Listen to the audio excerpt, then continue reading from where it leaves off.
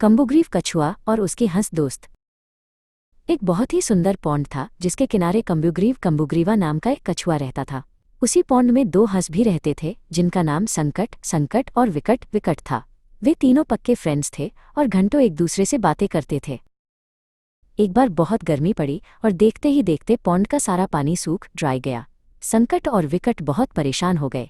उन्होंने कहा, अगर हम जल्द ही किसी दूसरे बड़े तालाब में नहीं गए तो हम प्यास से मर जाएंगे।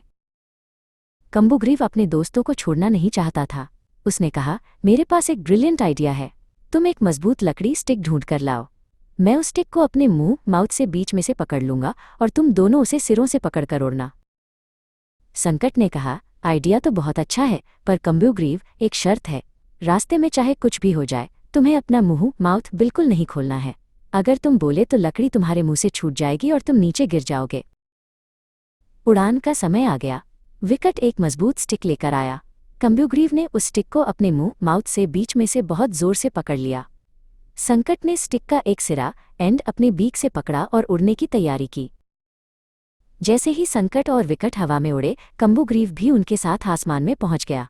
उसने अपने मुंह माउथ से स्टिक को बहुत टाइट पकड़ रखा था। उसे ऊपर से ऊंचे पेड़ और नीली नदियां बहुत ही ब्यूटीफुल लग रही थीं। उड़ते उड़ते वे एक गांव विलेज के ऊपर से गुजरे। नीचे खड़े लोगों ने जब आसमान में एक कछुए को उड़ते देखा तो वे चिल्लाने लगे, लुक लुक, देखो कैसे हंस एक कछुए को ले जा रहे हैं। ये कितना फनी है। लोगों का शोर सुनकर कम्बुग्रीव को बहुत गुस्सा आ गया। उसने सोचा, ये लोग मेरा मजाक क्यों उड़ा रहे हैं? मुझे इन्हें बताना चाहिए कि ये मेरा ही आइडिया था। वो भूल गया कि उसने चुप रहने का प्रॉमिस किया था। कम्बुग्रीव अपनी चंचलता पर काबू नहीं रख पाया। जैसे ही उसने लोगों को जवाब देने के लिए अपना मुंह माउथ खोला, स्टिक उसके मुंह से निकल गई। तुम सब चुप, कहते ही वो तेज रफ्तार से नीचे जमीन की ओर गिरने लगा। संकट और विकट अपने दोस्त को गिरते देख बहुत उदास हो गए। वे समझ गए कि कम्बुग्रीव ने अपनी रेस्टलेसनेस की वजह से अपनी जान मुश्किल में डाल दी।